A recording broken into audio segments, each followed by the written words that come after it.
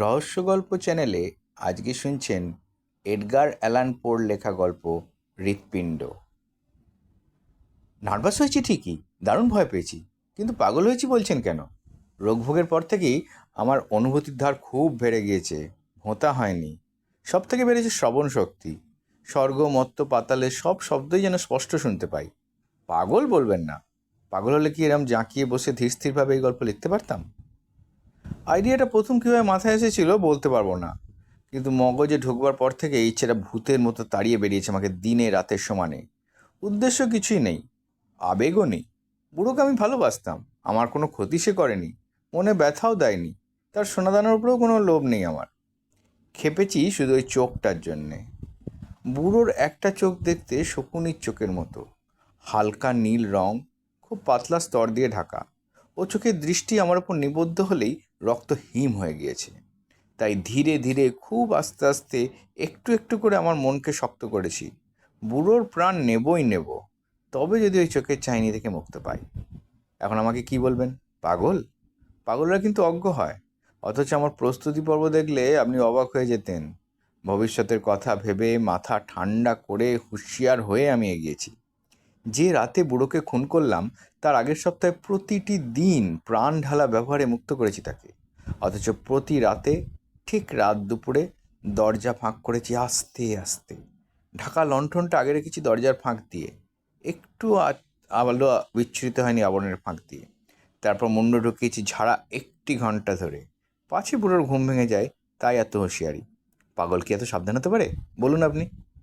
মুন্ডটা পুরোপুরি ঢোকবার পর একটু একটু করে ফাঁক করেছি লণ্ঠনের আবরণ, যাতে অতি সরু একটি রশ্মি গিয়ে বুড়োর শুকুর চোখের ওপর পড়ে। 7 রাত এই কাণ্ড করেছি। ঠিক রাত দুপুরে আলোর রেখা ত্যাগ করেছি চোখের ওপর, কিন্তু প্রতিবারই দেখেছি চোখটা বন্ধ, তাই কাজ শুরু করতে পারিনি। কেন, বুড়ো তো আমার মাথায় খুন চাপায়নি, চাপিয়েছে ওই শকুন চোখ, অলক্ষণের চোখ। ভোর হলেই প্রতিদিন ঘরে ঢুকেছে হই হই করে, কুশল জিজ্ঞাসা করেছি, রাতে ঘুম হলো কেমন খোঁজ নিয়েছি। বুড়ো ঘুণাক্ষরেও সন্দেহ করতে পারেনি রাত দুপুর হলে আমি কেন তার ঘুমন্ত চোখের উপর আলো ফেলে বসে থেকেছি ওঁত পেতে। অষ্টম দিনে আরও সন্তর্পণে দরজা ফাঁক করেছি, লণ্ঠন ঢুকিয়ে মেঝেতে রেখেছি। মনে মনে মজা পেয়েছি বুড়োর অবস্থাটা কল্পনা করে। ঘুমোচ্ছে অঘরে, জানেন আমি ওঁত পেতে বসে আছি খুন করবার জন্যে।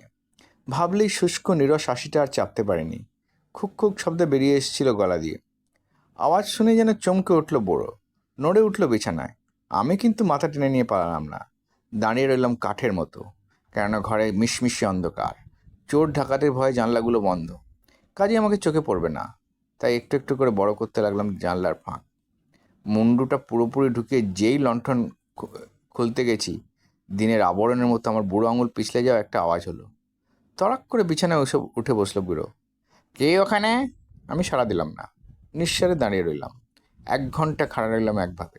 বুড়ো বসে রইল ভয়ে কাঠ হয়ে। গত 7টা দিন আমি যেভাবে কান খাড়া করে রাত কাটিয়েছি এই ঘরে, ঠিক সেইভাবে বুড়ো উৎকণ্ঠ হয়ে শুনছে দেয়াল ঘড়ির টিক টিক টিক শব্দ। 1 ঘন্টা পর একটা অস্পষ্ট গোঙানি শুনতে পেলাম। মরণাতঙ্কে গুঙিয়ে উঠেছে বুড়ো, যেন নাভিমূল থেকে আতঙ্ক এলেও আর্ত কান্নার আকারে সমস্ত অন্তরাত্মা যেন শিউরে শিউরে উঠেছে সেই কান্নার মধ্যে।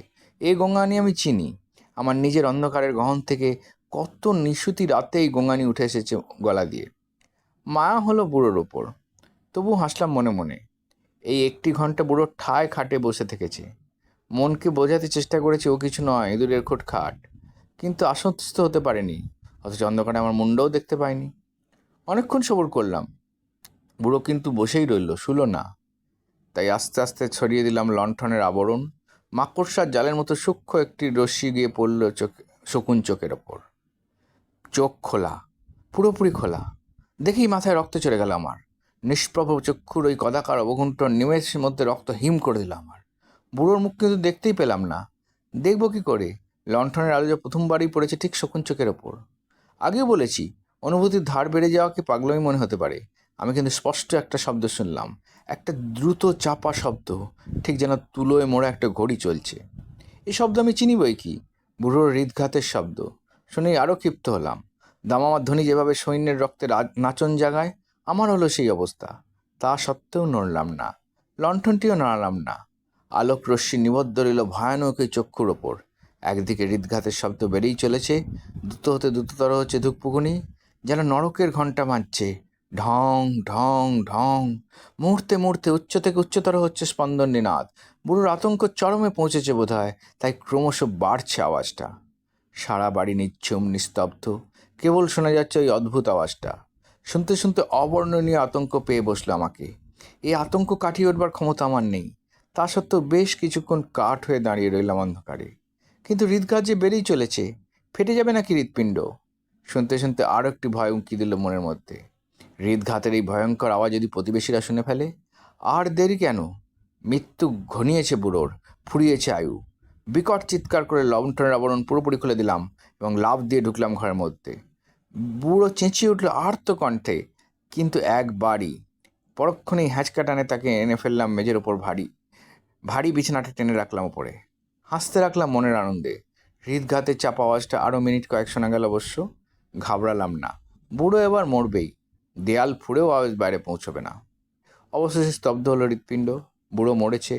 বিছানা সরিয়ে লাশ পরীক্ষা করলাম। মরে কাঠ হয়ে গিয়েছে বুড়ো। বুকে হাত রেখে বুঝলাম হৃৎপিণ্ড আর চলবে না, ওই চোখ আর আমার রক্ত হিম করবে না। এরপরেও যদি পাগল ভাবে আমাকে, তাহলে শুনুন এরপর কি করলাম। সারা রাত ধরে নিঃশব্দে দেহটাকে টুকরো টুকরো করলাম। ধর থেকে মুন্ড, হাত পা আলাদা করে ফেললাম। তারপর মেঝের 3টে তক্তা সরিয়ে পুঁতে ফেললাম খণ্ড বিখণ্ড লাশটাকে। তক্তা বসিয়ে দেওয়ার পর কোথাও কোনো চিহ্ন রাখলাম না। কোনো মানুষের চোখের পক্ষে, এমনকি বুড়োর শকুন চোখের পক্ষেও আর বোঝা সম্ভব নয়। রক্ত? একটা বালতি ভর্তি করে ফেলে দিলাম বাইরে। হা হা হা। কাজ শেষ করে দিলাম ভোর 4টে। তখন অন্ধকার কাটেনি, কিন্তু দরজায় টোকা শুনলাম। 3জন পুলিশ অফিসার ঢুকলো ঘরে। প্রতিবেশীরা আরও গভীর রাতে একটা বিভৎস চিৎকার শুনেছে, তাই তদন্ত করতে এসেছে পুলিশ। আমি কিন্তু একদম ভয় পেলাম না। কেন পাবো? ভয় আর কাকে? হাসি মুখে বললাম, চিৎকারটা আমার নিজেরই। দুঃস্বপ্ন দেখে চেঁচিয়েছি। বুড়ো এখন এ দেশেই নেই। পুলিশদের নিয়ে সারা বাড়ি দেখালাম, তন্ন তন্ন করে খোঁজালাম। শেষকালে নিয়ে এলাম বুড়োরই ঘরে। সোনা দানা যেমন তেমনি রয়েছে, কিচ্ছু খোয়া দেয়নি দেখে আশ্বস্ত হলো তারা। আমার আর তখন আনন্দ দেখে কে। আহ্লাদে আটখানা হয়ে চেয়ার নিয়ে বসলাম ঠিক সেইখানে যেখানে পোতা রয়েছে বুড়োর লাশ। আমার হাবভাব দেখে অফিসাররা নিঃসংশয় হয়েছিল। আমার আশ্চর্য অনাড়ষ্ট আচরণ তাদের মন থেকে সব সন্দেহ দূর করেছিল। তাই চেয়ারে বসে ওরা শুরু করলো খোঁজ গল্পের আসর। আমিও খোঁজ মেজাজে যোগ দিলাম, নানান প্রশ্নের জবাব দিলাম। ফুর্তি যেন উথলে উঠছিল আমার ভেতর। কিন্তু কিছুক্ষণের মধ্যে আমি পাণ্ডুর হয়ে গেলাম। মনে মনে চাইলাম যেন ওরা এক্ষুনি বিদায় হয়। তীব্র যন্ত্রণা শুরু হলো মাথার মধ্যে। কানের মধ্যে ধূপ ধূপ ভোঁ ভোঁ করতে লাগলো। ওরা কিন্তু উঠল না, মগ্ন রইল গল্প গুজবে। আওয়াজটা বেড়েই চলল। কান ঝালাপালা হয়ে গেল সেই শব্দে। কানের মধ্যে যেন ভোঁ বাজছে। অনর্গল কথা বলতে লাগলাম অনুভূতিটা ঝেড়ে ফেলার জন্যে, কিন্তু বিরামহীন রইল সেই আওয়াজ। আরও স্পষ্ট হয়ে উঠল। তারপর বুঝলাম আমার কান ভোঁ ভোঁ করা নয়, বাইরে থেকে ঢুকছে কানের ভেতরে। আরও ফ্যাকাশে হয়ে গেলাম। আরও কথা বলতে লাগলাম, আরও জোরে জোরে। শব্দটা তবু বেড়েও চলল। একটা চাপা দ্রুত শব্দ, ঠিক যেন তুলোয় মোড়া ঘড়ি চলছে।